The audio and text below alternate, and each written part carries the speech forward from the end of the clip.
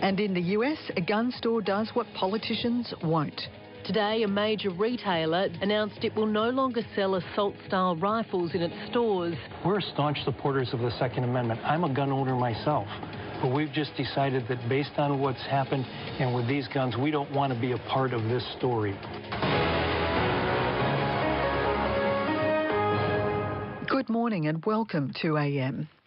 As the United States struggles to implement even the most basic gun reforms after yet another mass school shooting, the Australian government is quietly patting itself on the back after releasing the final analysis of last year's gun amnesty. Thousands of automatic rifles, handguns and a rocket launcher are among the weapons handed over during 3 months last year. Initial data was released last year, but the final report reveals that almost 60,000 guns were accounted for or destroyed, an average of more than 630 a day. And the government's not ruling out further amnesties in the future. Political reporter David Lipson explains. Whoa. At the Majura Park gun range in Canberra's north, 14-year-old Alana Jarvis stands out from the crowd. It's just a really fun activity that I like to do. You hit the targets? Sometimes.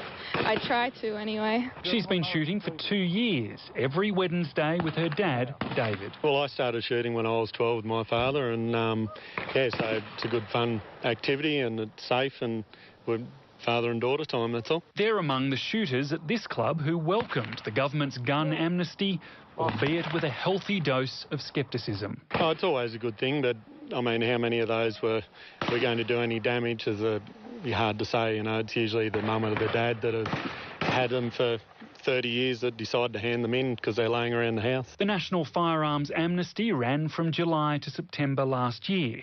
The results released today show 57,000 guns were handed in. 2,500 of them were automatic or semi-automatic.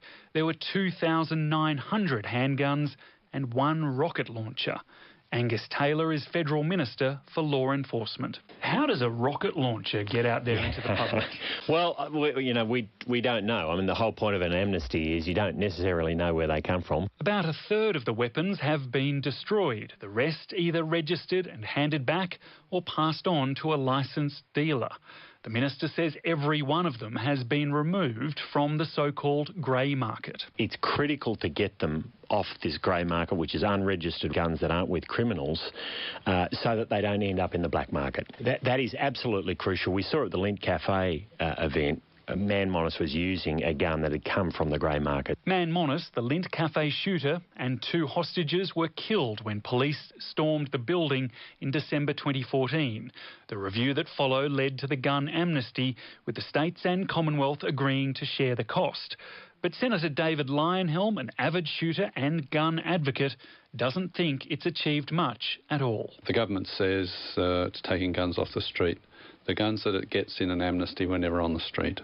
And of course the criminals who misuse guns, who hold up banks and shoot each other and that sort of stuff, there's no way they'd surrender their guns in an amnesty anyway. The government's not ruling out further gun amnesties in the future. David Lipson reporting.